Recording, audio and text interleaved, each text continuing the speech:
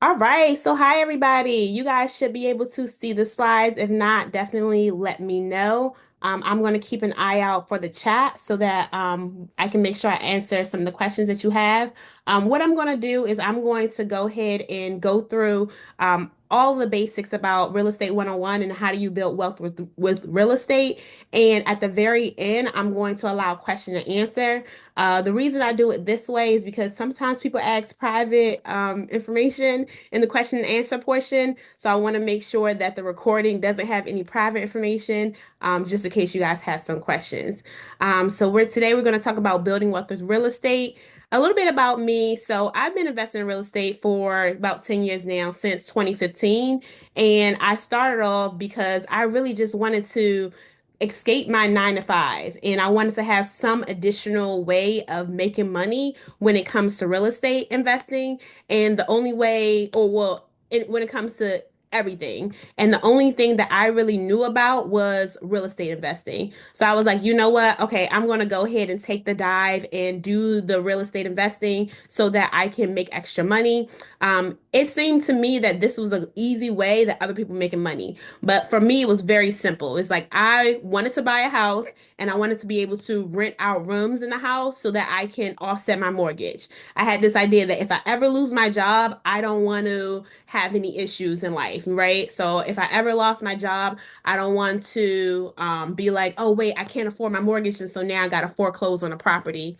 So I ended up buying my first property with the idea in mind to buy something that has a basement because I wanted to be able to live in the basement and then rent out the rooms upstairs or live in one of the rooms and rent out the other rooms. So my first criteria for my house was it has to be near a subway or metro station because I was in grad school at the time and I wanted to be able to rent to other grad students. And I was like, okay, it has to be near a subway or metro station so that I can rent out rooms to college and grad students. And it has to have a basement with a door so that basically people can get out in case of emergency, and upstairs has to be different. I wanted to renovate the basement in order to turn like add a room to it and do all that stuff.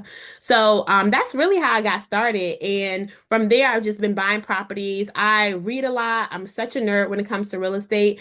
So I read a lot. I take classes. I'm a realtor myself. I listen to podcasts, like everything that there is. And I've been doing that for 10 years. Like I used to wake up in the middle of the night and be like, oh, that's a great strategy. Let me go write this down in my journal before I forget. So I've done a lot of things from room rentals. I've done furnished short-term rentals, so Airbnb, where you're renting out just by the night. I've done mid-term rentals, so renting to travel nurses who were maybe staying for a month up to 3 months. I've done long-term rentals, so to market renters. I've done Section 8 rentals, so I have some Section 8 renters. I've used the BRRRR strategy. I've done rehabs, like a major rehab where I completely gutted the property out down to the core and redid it. So for me, I think it's really important for other people to at least start their journey in building generational wealth. And then real estate is just one of the most popular ways that people become millionaires in the US specifically. I do think that this is a strategy that everyone can do.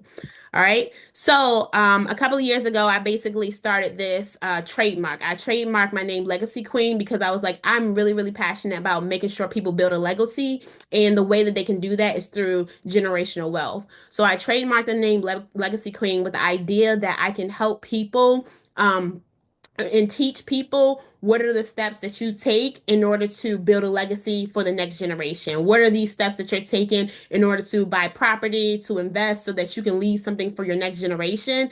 Because all too often what ends up happening is we end up taking care of our grandparents, and in other communities the grandparents leave inheritances for the youth, or for the younger generation. So I wanted to make sure that I was able to provide, basically take all the knowledge that was in my head and turn it into something that would be super valuable.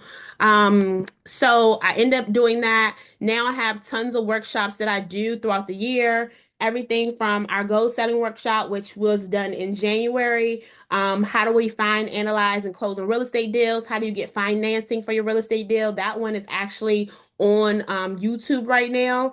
So you can check the out the replay of that. And if you've emailed me your email, then I've sent you the link to the real estate one-on-one course page. And on that course page, you'll be able to see the link to those historical documents, I'll call them historical videos, just in case we lose access to these other social media platforms. So I do home buyers workshop. I work with sellers who are preparing to sell their house. I talk about the common strategies for real estate investing and also a lot of the mistakes that people make as well. I've done multifamily investing. So buying a property, a multifamily is something that's just a couple of units, maybe 2 units, 3 units, or 4 units.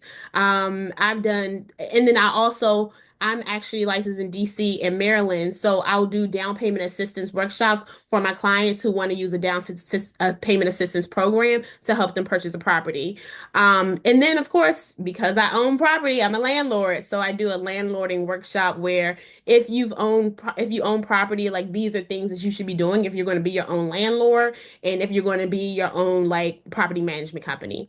So my specialty is education, coaching, and doing these workshops for people. I love to help people buy and sell real estate. I became a realtor after I was investing for like eight years or so because I was like, wait, I'm over here teaching people about investing, but if I can actually walk them through it and like hold their hand and help them buy their actual properties, then that would be helpful. Or I was like, if I can help people sell their old properties that aren't income producing and buy something that is going to be a better investment, then I will be fulfilled. So I started doing that, and my specialty, like most of my clients are real estate investors. So I really, really love to do that. I think it's important that if you're working with a realtor, you need to find an investor friendly realtor because you don't know how many realtors have never actually owned an investment property and don't know how to advise people on investment properties.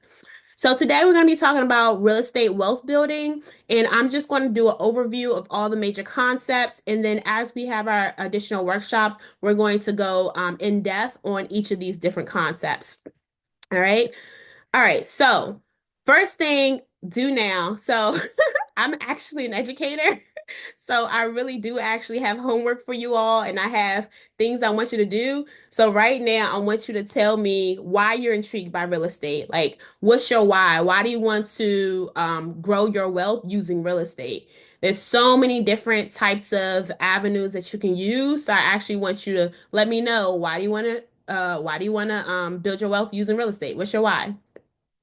I'm gonna give you a second to do that. All right. So for me, my why was I really did not like my boss at the time. And I was like, I might have to quit my job. I need to have some additional money so that if I quit my job, I can still pay my bills. I see some people saying to become more financially stable. That's big. To create a legacy for your kids, yes, because we want to be able to send something down to the next generation. That's really important. Um, and some people want to create multiple streams of income, right? Like everyone says, like the average millionaire has like 6 different streams of income. Some people want to do short-term rentals. I see some people say that they just want a stable place to live, which is actually a good strategy because a lot of ways that some college students get into real estate investing is by buying a multi-unit or buying a house where they can live in one unit and rent it out to their buddies. All right. Some people want to build generational wealth, retire comfortably, multiple streams of income. I'm saying multiple streams of income again, generational wealth. Exactly. You guys are right on it. So the most common reasons that people say of why they want to build wealth in real estate is kind of what you guys said. So a lot of people want to be entrepreneurs. They want to own their own business. They don't want to work for the man.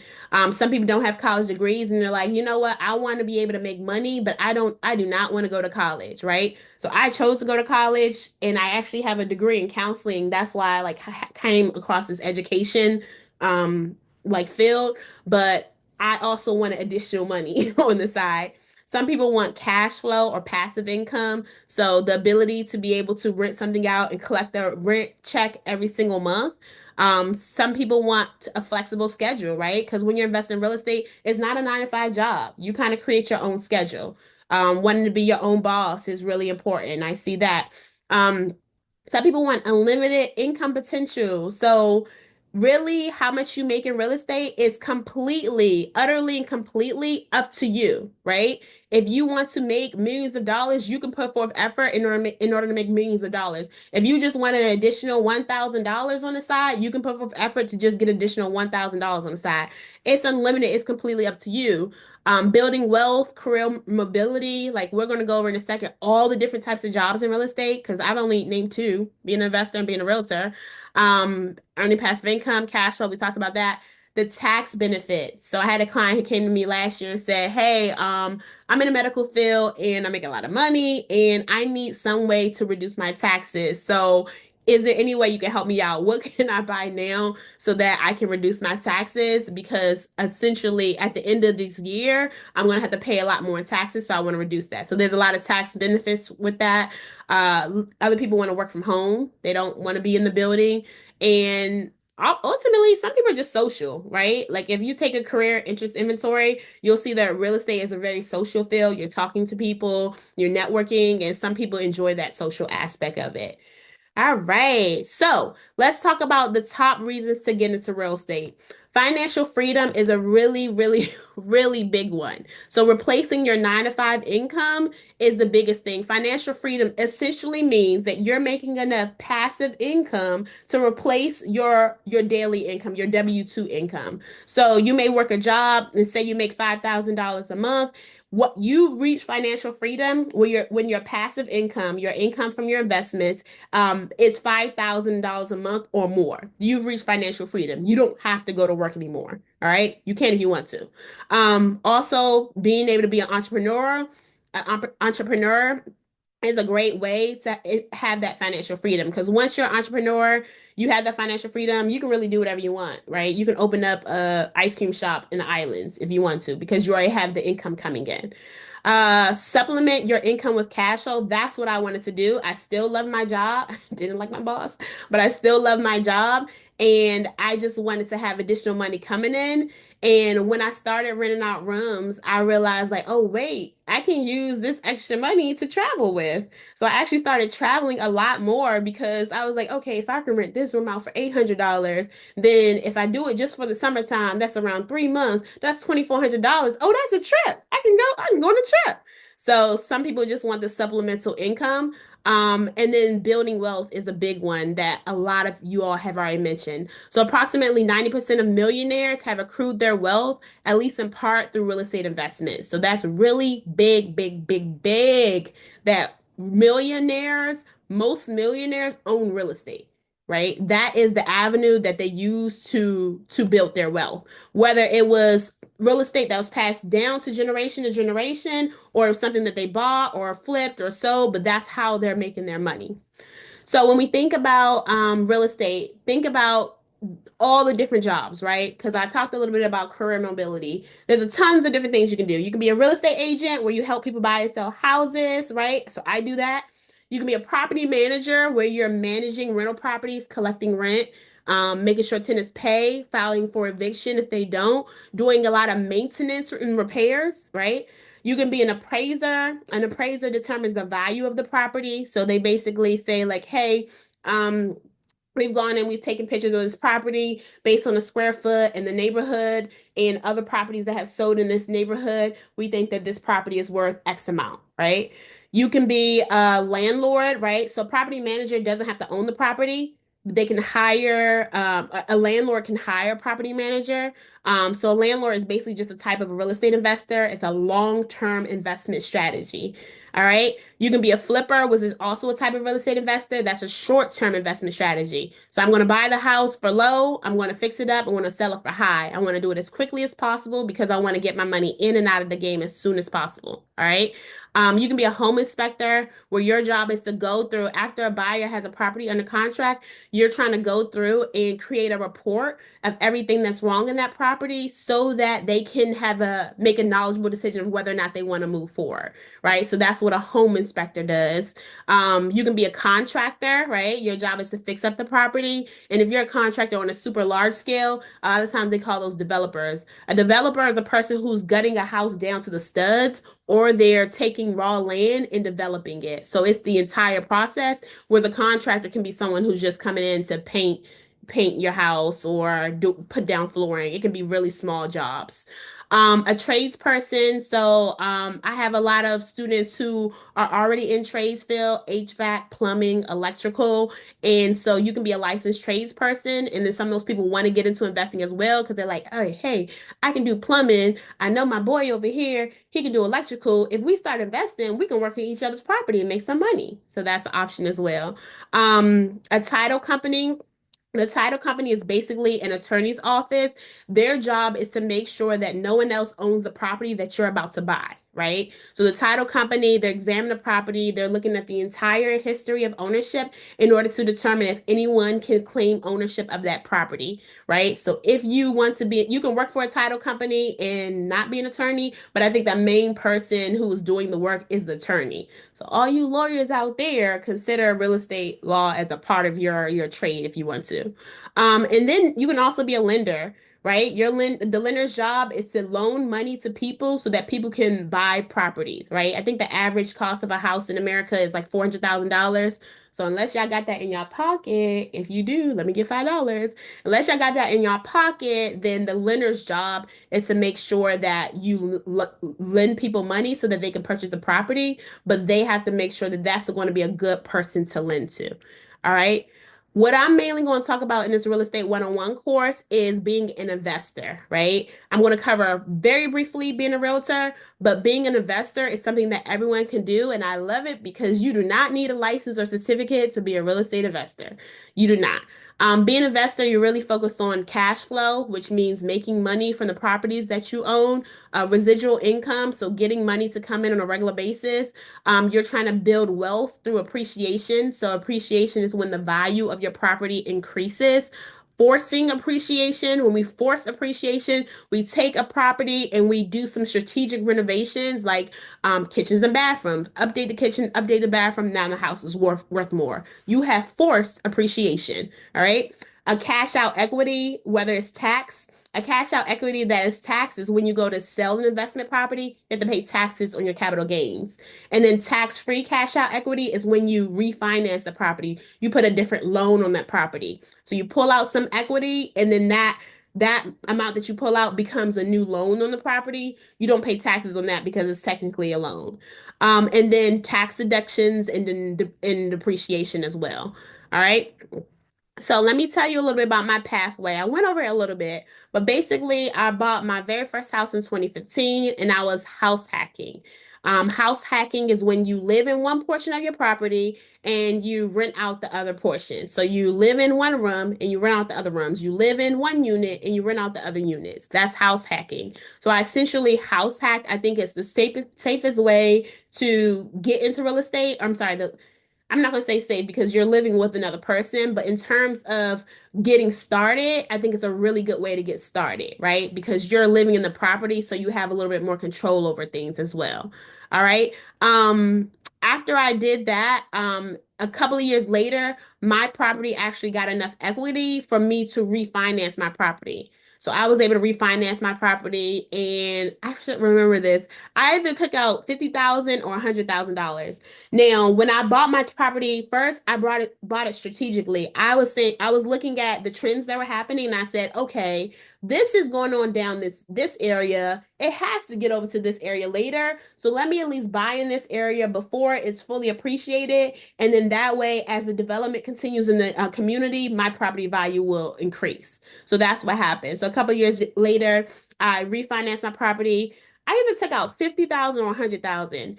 And I used that, I think I took out 50,000, and I used that money as a 20% down payment that I needed to buy my next investment property. All right. So I took that money, I put 20% down on my next investment property. I don't think I used the full amount. I think I used some for repairs and some for the actual purchase, the down payment. All right. After I did that, I got more equity in my property. I bought right. Like I bought near transportation, tons of like I was in a path to progress. I knew there was a lot going on. So I got more equity and I was able to take out a home equity line of credit. So a home equity line of credit is basically like a credit card that's on your home. All right. So I basically took out a credit card on my home. And I used that credit card, that line of credit, and I took it to the auction and I bought two properties. One I bought for cash, the other one I bought 20% down. And I literally just bought two properties at auction. I remember my hands were like shaking when I was bidding, and I did like a little small bid, like I was just moving my finger, and the auctioneer saw me, and I was able to get two of them.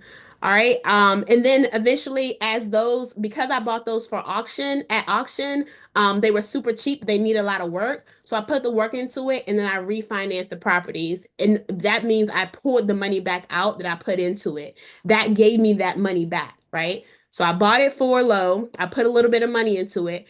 I went to put it, I said, hey, this property I bought for, I'm gonna give a random number because this is old, so I don't want you guys to think that these prices are today's prices. Yesterday's prices are not today's prices.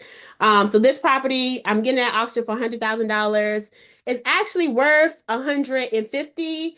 But I'm gonna buy the auction 100,000. I'm gonna put 125 into it. I mean, I'm gonna put $25,000 into it. So now I'm all into this property for 125,000 is worth 150. So hey bank, can you give me a mortgage as if I'm buying this property for 150,000? And the bank said yes. And then I was able to pay back my home equity line of credit and then also the money that I spent for the renovation.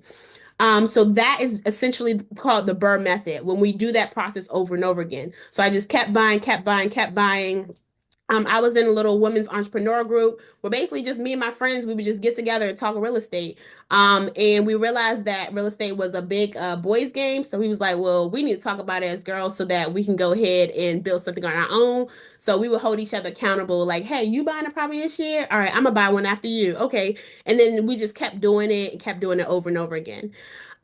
So in that time span, that's when I did all the different investing strategies. I did short-term rental, mid-term rental, long-term rental, Airbnb, travel nurses, student rentals. I did all that stuff, Section 8 rentals, all that. Eventually in 2022, I bought a property and I completely rehabbed that entire property. Like I gutted it from scratch. I think I have the picture, on my original page. I'll show you guys later. I gutted it from scratch. I'm actually going to post the picture so you can see it. And essentially, when I gutted that property from scratch, that turned me into more of like a developer because I had to figure out everything, right? So when you gut it from scratch, now you had to put up new framing, new electrical, new plumbing, and these are rough-ins. It's not like, oh, the toilet's already there. I'm just changing it out. It's like, no, I need to pipe where the toilet's going to go. But before I do that, I need the framing in the walls, and then I need the electrical, and I need the building inspector to pass this, and I need the installation, I need windows. So it was the entire process from the roof, literally every single thing. And that was a huge learning experience. Dealt with some really, really horrible contractors. But that was a really great learning experience for me.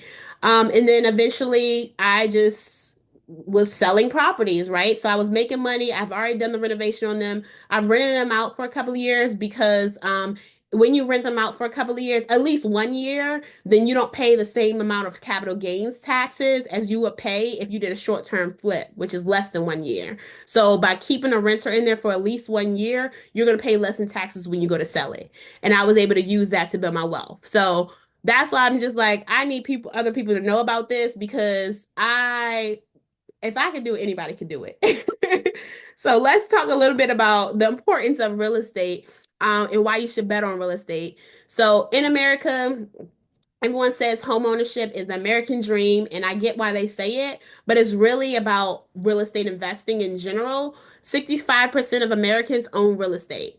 But if we break it down into the demographics, we see that even though 65% own real estate, it breaks down like this. 74% of white Americans own real estate, 66% of Asian Americans own real estate, 51% of Native Americans own real estate, 50% of Hispanic Americans own real estate, and 46% of Black Americans own real estate. So you can really see the wealth divide right here. If 74% of white Americans own real estate and 46% of black Americans own real estate. We know that real estate is what builds wealth. So you can see that wealth divide, and that wealth divide continues to expand because as people continue to buy properties or leave it to their next generation, they're able to continue to build wealth. Whereas other people, they're kind of hustling backwards, instead of building wealth, you're building up debt and liabilities.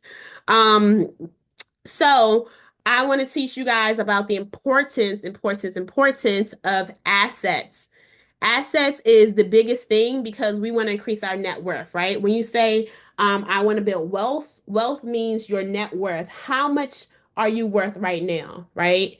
They'll be like, oh, Riri's worth like $15 billion, or Queen Bee's worth like whatever, 100 billion. I don't know.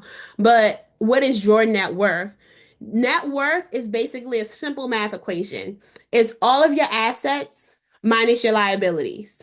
All right. So assets is cash, money, equity that you have. So it's what's in your bank account, what's in your checking, your savings, what's in your retirement account, the value of the real estate that you own, right? So those are your assets. Your liabilities are things that you owe.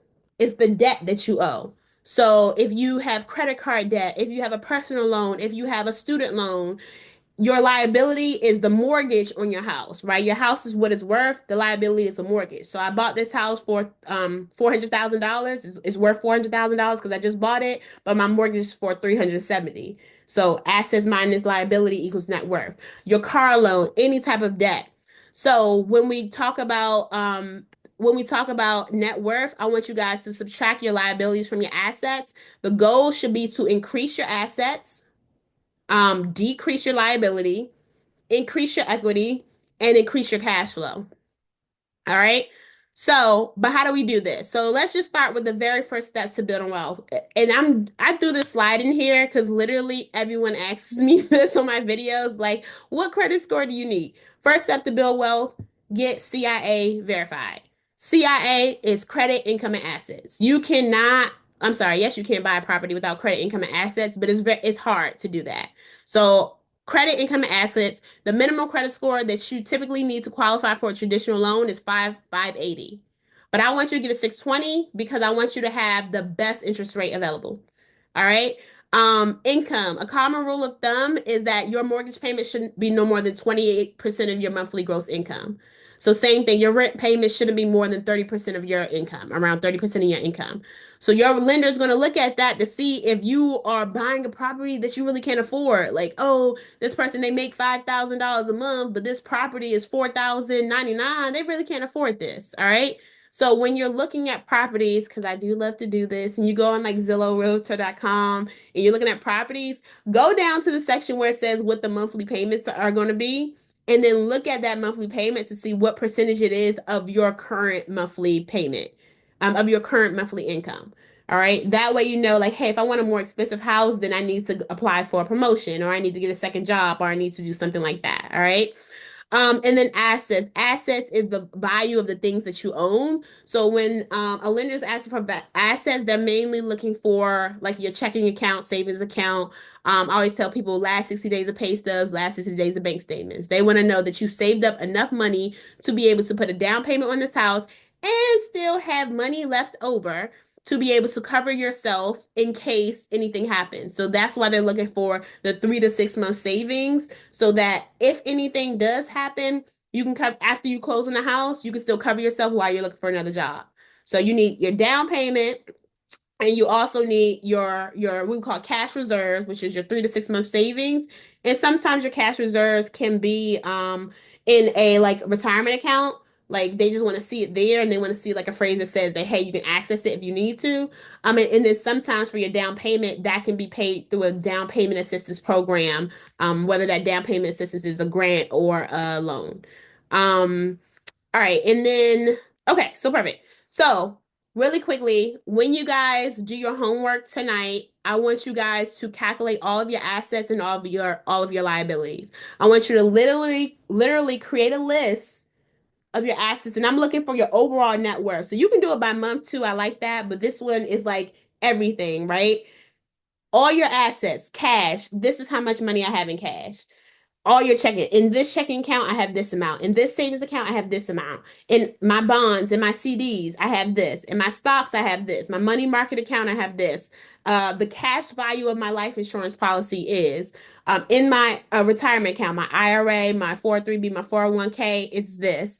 The current value of your real estate, right? So if you were to sell your house today, if you own a house, if you were to sell your house today, what would it be worth?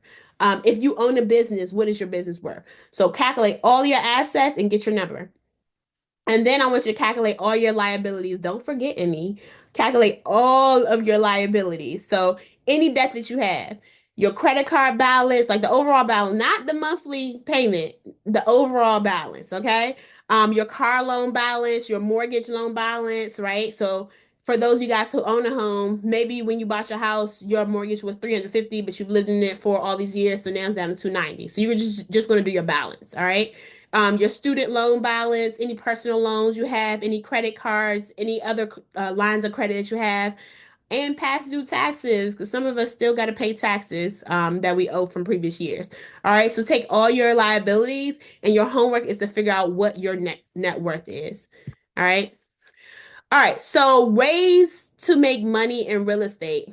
So I actually did a video of this, and it was a really simple video that talked about the power of one. Owning just one rental property can literally change your life, right? So I said, okay, what if I could just get one rental property? It's around $300,000, right?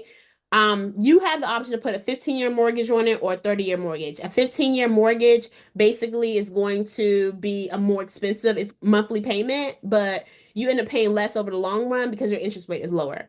30-year mortgage, that's what most of us get. The monthly payment is typically reasonable, and but you have a slightly higher interest rate in comparison to a 15-year mortgage. If you're able to rent it out for 15 or 30 years, after that time frame of your mortgage, your house is completely paid off. So literally you have this asset, this $300,000 asset that's completely paid off. In that 15 or 30-year time span, once you paid it off, you have this asset that's paid off. You can sell it. You can continue to rent it out. And now when you rent it out, guess what? Your payments, you don't really have a mortgage payment. So now the rent is really you're collecting more cash flow because you don't really have a mortgage payment. Or you could choose to live in it. Like, oh, I need to retire. All right, pay this house off. Let me live in this one. All right. So you have that option. What a lot of people choose to do is they choose to do a 15-year mortgage because they'll do that for every kid they have. They're like, I don't really want to collect a lot of cash flow right now. I got a kid. My kid is 3. I'm gonna buy a rental property. I'm gonna put a 15-year mortgage on it. I'm gonna manage this property for X amount of time. And then once I manage this property for X amount of time, it's gonna be paid off. And then my kid, once my kid is 18, they can decide what to do with it. All right. Once your property is paid off, you don't have the mortgage. Your mortgage is your principal and your interest. But you do still have to pay bills on it. So you do have to pay your property taxes on it, right? Property taxes are always going to go up every year. That's why your rent goes up. People are like, why is my rent going up? Because property taxes are going up. Property taxes, the government thinks that your local government thinks that your property is worth more, and now you have to pay more. And especially in this DC area, they put a whole casino. We have to pay for that. So property taxes have increased. All right. You still have to pay your insurance, right? If your house burns down, you still paying insurance, and you still have to do maintenance on this property. So it's not completely like, even though you don't have a mortgage on that property, there are still costs associated with it. That's why I like keeping it as a rental property so you can continue to make money on this property. All right. But that's just the power of one property. You had to do something for that 15, 30-year period anyway. You might as well have put that money into this savings vehicle. Even if you make $0 off this property, you're still paying down the debt, right? That's one way to make money in real estate. You're paying down this debt pay down. At the end of that 15 or 30-year time frame, you have made enough money or put enough money on this property to own this asset. And think of that, even if you just think of that as a savings account, that property is your savings account. It's a $300,000 savings account. But wait, property values very rarely stay the same over a 30-year period. On average, they increase 3 to 5% every year. So that means that $300,000 property may be worth $500,000 by the time you finish paying off the loan, right? Or maybe once it's paid off, I'm only going to pull out $100,000, a $100,000 mortgage on this because I just need me a little bit of money to either do repairs or use it for something. I don't want a huge mortgage on it. I'm just going to pull out something slight. You have the option to do that. All right. You have the option to do it because after that period, you own that property.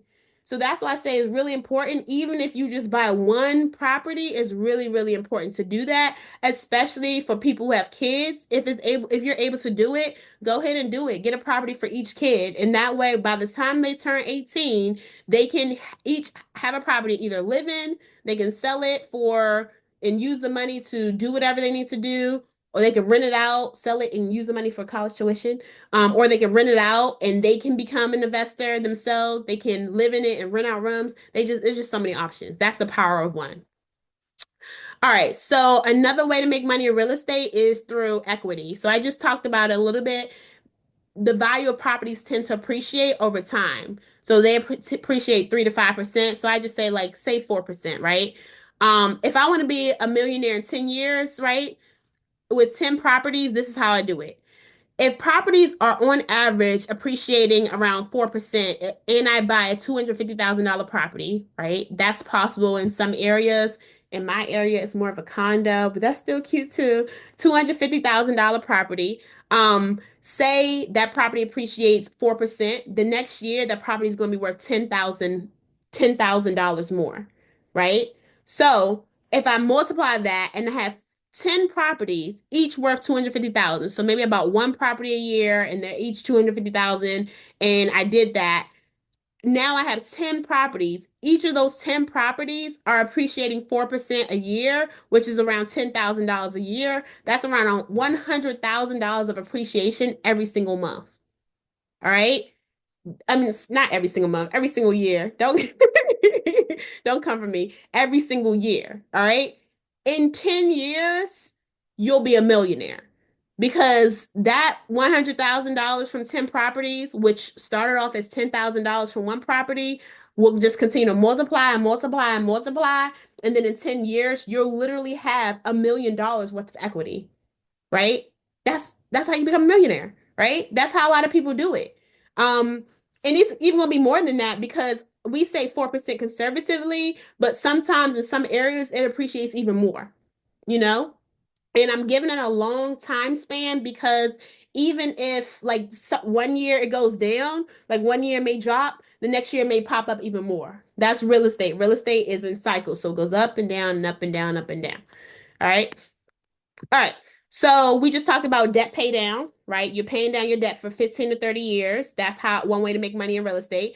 Another one is appreciation. So that equity that builds up in your property, that's the way to build wealth. Cash flow is another way for you to make money in real estate. Cash flow, the definition is very simple.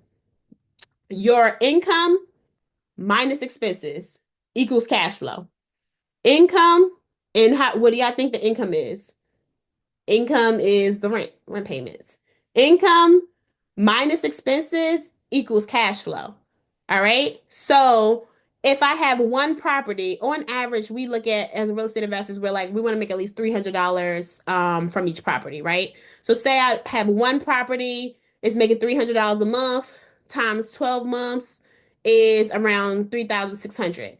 But I don't ever say 12 months. I say 10 months because I don't know if a tenant's going to move out and to find another tenant. I just want to give myself 2 months grace.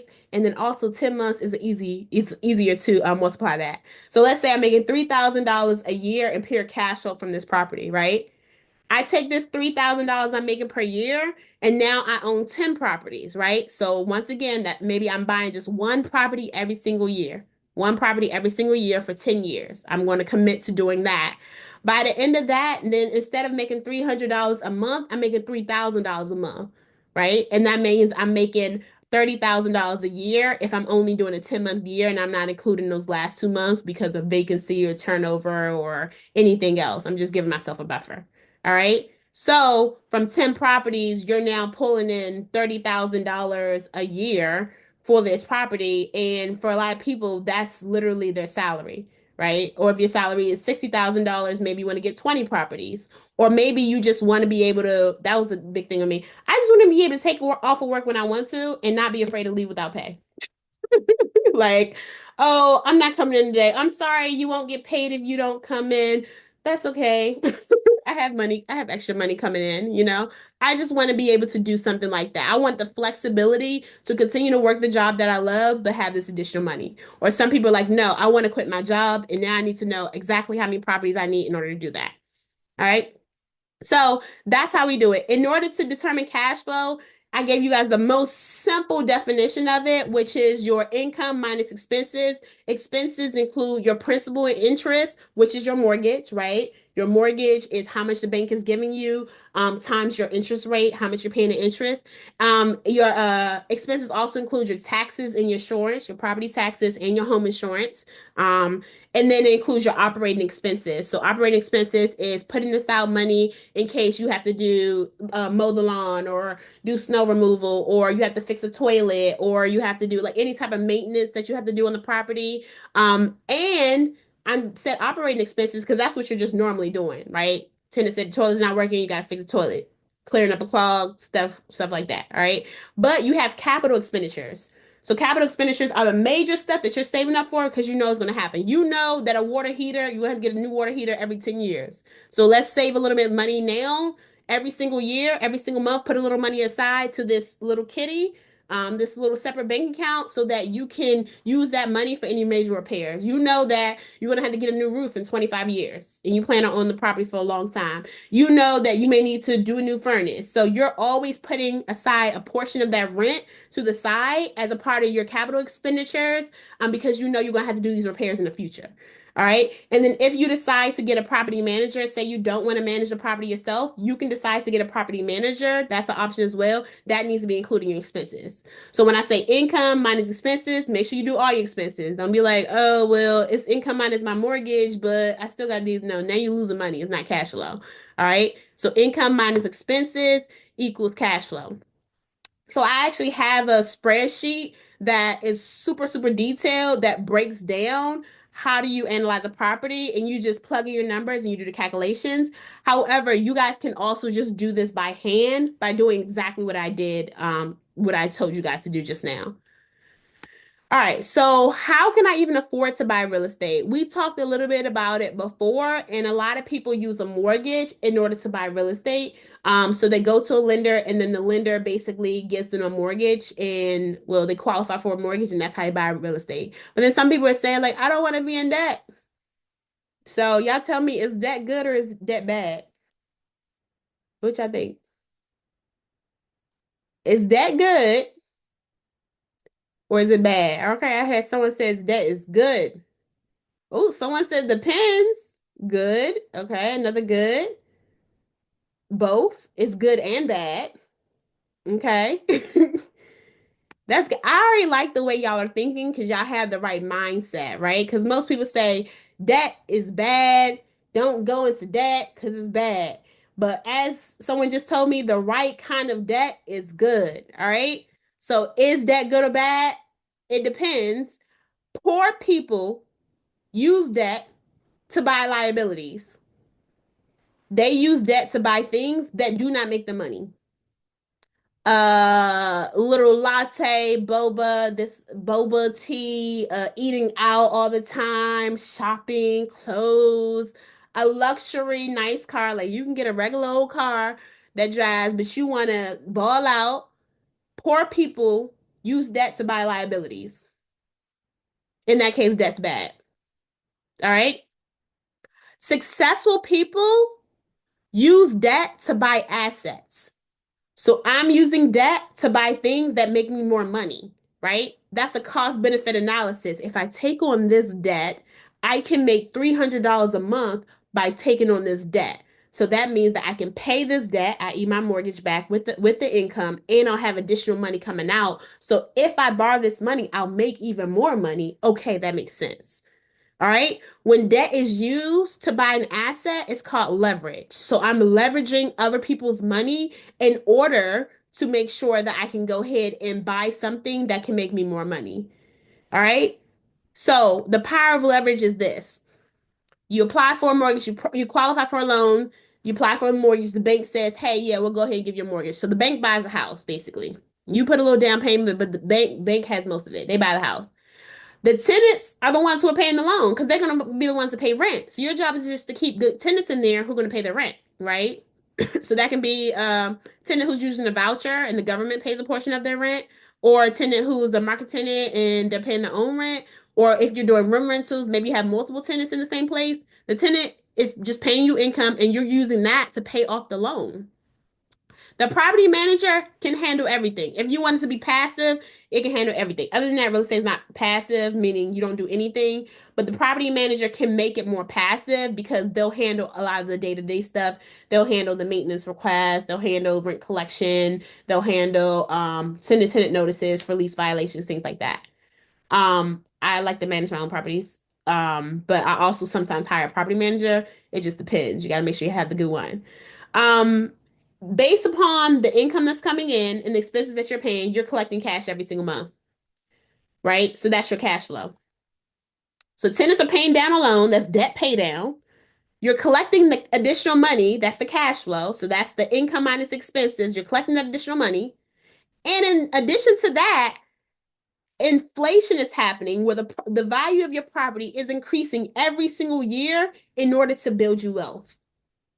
Three ways you make money with one property, right? So people say additional streams of income, multiple streams of income. Even someone's tried to say like, well, with the stock market, the appreciation is or the gains are higher than 4%. Yeah, but you don't get that pay down. You don't get any type of depreciation or tax benefits or anything like that.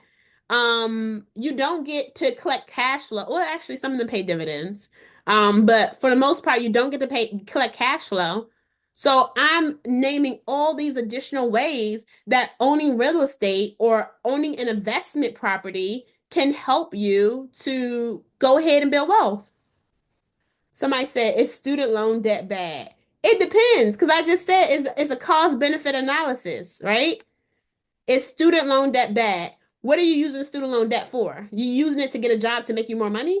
Okay, so if me getting this loan allows me to go from make a job making $20,000 a year to a job making $40,000 a year, the loan is going to be around $50,000. So over maybe 3, 4, 5 years, I can pay my loan back, and I'm still making $50,000 a year. That sounds like a good investment to me, right? So debt is really about what you're using it for. Are you using it to buy an asset? And investing in yourself, that is an asset. You're an asset. Investing in yourself is an asset. All right. But that's the power of leverage. That's the power of real estate. So I want you guys to go home and I want you to think about ways. Remember, I told you the goal is to increase your assets, is to increase your equity. So I want you guys to create this your homework. Create a list of ways to increase your income so that you can buy more assets. Because y'all not gonna come to me and say, like, well, I just don't have the money and blah, blah, blah. Okay, so let's brainstorm ways to make more money. Do you need to get a second job or a third job? You want to start a side hustle. Some people do hair, some people cut hair. Can you do tutoring? Organizing homes, cleaning people's cars out, right? Do you need to sell your excess belongings on the marketplace or on OfferUp or something? There's things that you don't need. It just sits in your house and looks at you all day long. You look back at it, you don't use it. Do you need to sell that?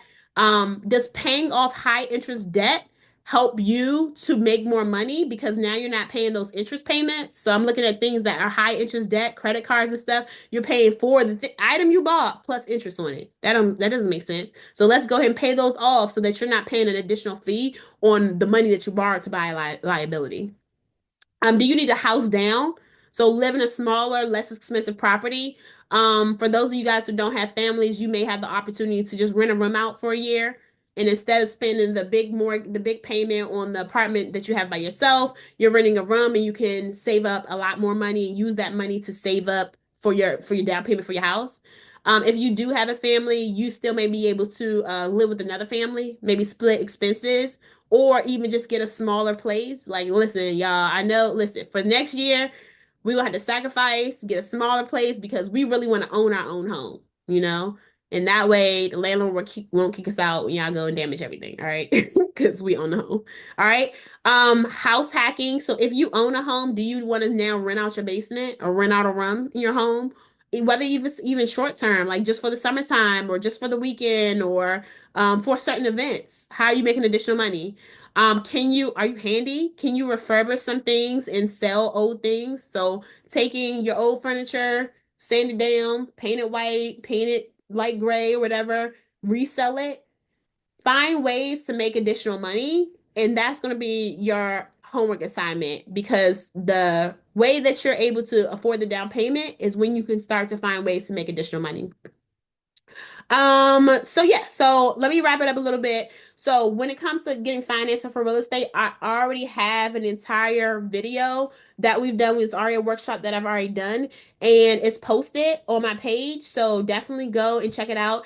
If you cannot find it, just DM me your email and I'm going to send it to you. I'm basically going to send you my page and it has the link to all of my different social media channels so you can find it in different places. I also have a bunch of a la carte resources that you can get. So that can be webinar playbacks, that can be workbooks. Sometimes I have guides, I have templates, I have worksheets. So one of the sessions we're going to do is creating SMART goals for your real estate investing strategy. So goal setting, I have a SMART goals worksheet. And then the prices of these materials, they range from like $0 on up. Like I always like to have a bunch of free stuff on there. People who are a little bit more serious are going to invest in some of the more expensive products, but that doesn't have to be you, especially if you're just in a learning phase. And then of course I offer coaching calls because that's how I make my bread and butter, you know. I do coaching calls, so I do one-on-one sessions. I also do small group mentoring sessions. So I do offer those opportunities to do it. And then I have upcoming workshops. So once again, the real estate goal setting workshop, I did it before. I think I'm going to redo it again just because I've had a lot of new people come to my page. So I think I'm going to redo it again because I want you guys to actually make steps towards investing in real estate. Wherever you are in your journey, I want you to have a plan for moving forward. How do you find, analyze deals? Like, okay, thank you, Tiana. I know all this stuff about real estate investing, but how do I find a property? I'm going to walk you guys through those steps. I already have the financing one. If you want to buy a home and you just want to do a home buyers workshop, I have that one coming up. I have a workshop where it talks about the difference between multifamily rentals and a single family rental. So, do you want to buy a multifamily property that has like a 2 unit, 3 unit, 4 unit apartment building, or just a single family? What are the options for that? I have my property management one and being a landlord one, and what are the systems you need to create? What are some resources you can create? Yeah, so I have all that. So, what I'm gonna do now is go ahead and open it up for questions. I'm gonna stop recording because I want you guys to be able to ask questions that you wouldn't normally ask. But thank you guys so much for joining. Definitely stay back for the question and answer session.